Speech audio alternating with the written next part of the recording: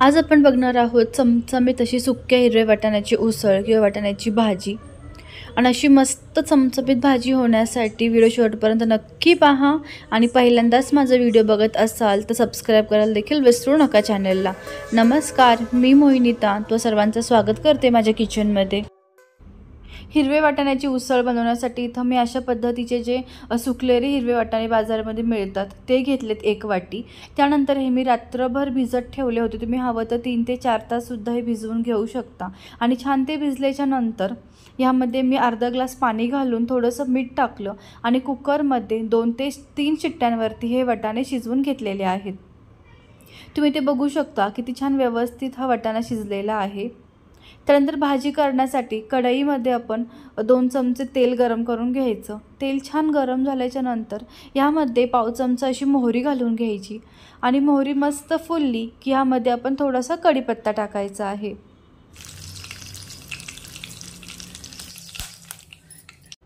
त्यानंतर आता यामध्ये 2 असे मीडियम साईजचे कांदे मी बारीक चिरून घेतले होते ते टाकून घेतले आणि कांदा इथं छान हलकासा सोनेरी रंगावर येईपर्यंत परतून घ्यायचा आहे। इथं असा कांदा चांगला परतून घेतल्याच्या नंतर यामध्ये एक मीडियम साईजचा टोमॅटो एकदम बारीक असा मी चिरून घेतलेला आहे तो टाकून घेतला आणि टोमॅटोला सुद्धा छान पाणी सुटेपर्यंत आपण परतून घ्यायचं आहे। तुम्ही इथं हवं तर टोमॅटोची पेस्ट सुद्धा वापरू शकता। आता यामध्ये एक हिरवं वाटण टाकायचं आहे। तर वाटण करण्यासाठी इथं मी थोडंसं खोबरं, कोथिंबीर आणि अद्रक लसूण मिक्सरमधनं फिरवून घेतलं आणि असे साधारण 2 छोटे चमचे वाटण मी यामध्ये टाकते। वाटण टाकल्याच्या नंतर ते सुद्धा छान असं परतून घ्यायचं।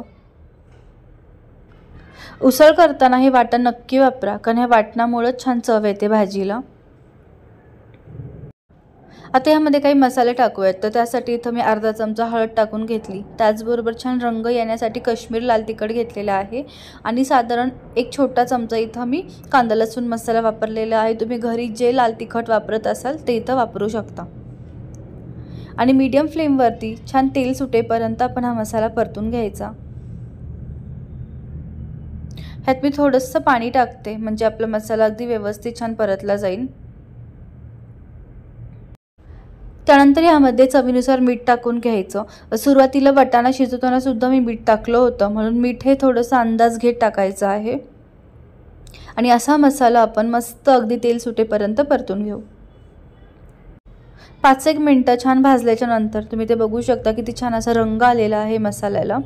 आता यामध्ये आपण शिजवून घेतलेले वाटाणे टाकून घ्यायचे।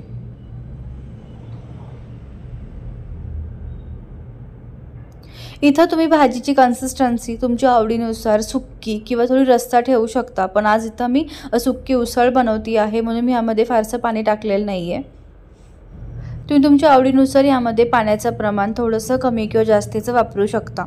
आणि आता यावरती झाकण ठेवून घ्यायचं आणि 5 ते 7 मिनिटांसाठी आपण ही भाजी मीडियम फ्लेमवरती चांगली शिजवून घ्यायची आहे। 5 मिनिटं छान ही भाजी शिजवल्याच्या नंतर तुम्ही बघू शकता व्यवस्थित त्याच्यामधलं पाणी सुद्धा आटलेलं आहे आणि छान रंग आलेला आहे भाजीला। ज्यावेळेस भाजीला घरामध्ये काही नसतं किंवा टिफिनसाठी सुद्धा ही परफेक्ट अशी भाजी आहे। तर इथं एकदम सोपी पण मस्त चमचमीत अशी वाटाण्याची उसळ तयार झालेली आहे। आणि तुम्हाला जर आजची रेसिपी आवडली असेल तर लाईक करायला विसरू नका व्हिडिओला। नवीन असाल सबस्क्राइब करून घ्या चॅनलला। पुन्हा भेटू आणखीन एका अशाच नवीन रेसिपीसह। तोपर्यंत मस्त खा आणि खुश राहा। थँक्यू।